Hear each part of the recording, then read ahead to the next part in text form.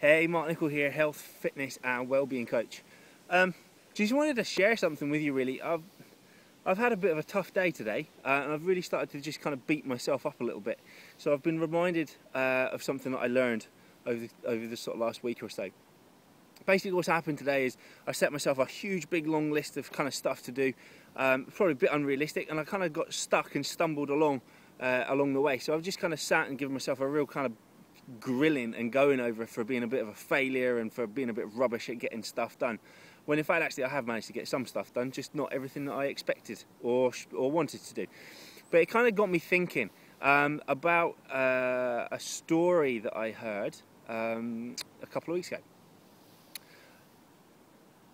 Now I'm going to be bold and brave because I don't want this, I hope this doesn't put you off, because it shouldn't do. Okay, but the story comes out of the Bible. Okay, and I was reading my Bible the other day.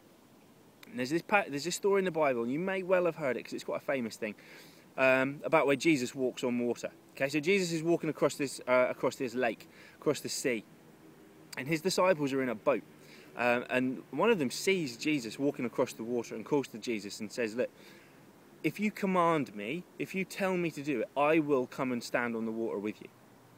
Because he has that much faith in Jesus. He has that much faith that he has no doubt as to whether that he can do that too, because Jesus tells him that he can do it. So he goes, steps out of the boat, starts walking towards Jesus on the water. And as he's gonna go, and he starts to notice his feet get a little bit wet, and his ankles get a little bit wet, and then his knees start getting a little bit wet, as he starts sinking. And he cries out to Jesus to kind of help him, to haul him up, to pull him up. And Jesus actually says to him, "Look, you of little faith." And you know what I learned? I'd heard that story so many times before, but what I learned was Jesus wasn't having a go at him for not having enough faith in him, in Jesus. But what he was kind of saying to him was, look, it's fine, it's good that you have faith in me, that's one thing, but you have to have faith in yourself. And that's kind of the point, is the guy of the story, he didn't lose faith in his Jesus, he lost faith in himself and his own ability to do something. And it's kind of like where I've been at today, is I kind of lost a little bit of faith in myself, that I kind of started beating myself up and started giving myself a hard time.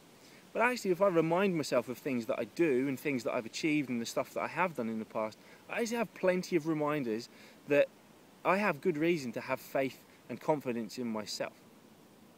So I guess that's something I would say to you as well, is that no matter what kind of struggles you're maybe going through at the moment, kind of things that you face, hard times you're going through, is if you can just pause and stop for a minute and just look back at the past, you have all manner of resources to draw on in terms of the experiences that you've had at overcoming other things in the past.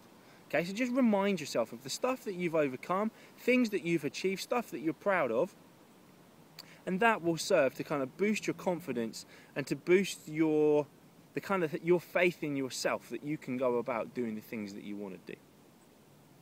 Okay, another little bit from me, guys. I am now going to crack on and do some more work. All right, I hope to speak to you soon. Cheers. Bye-bye.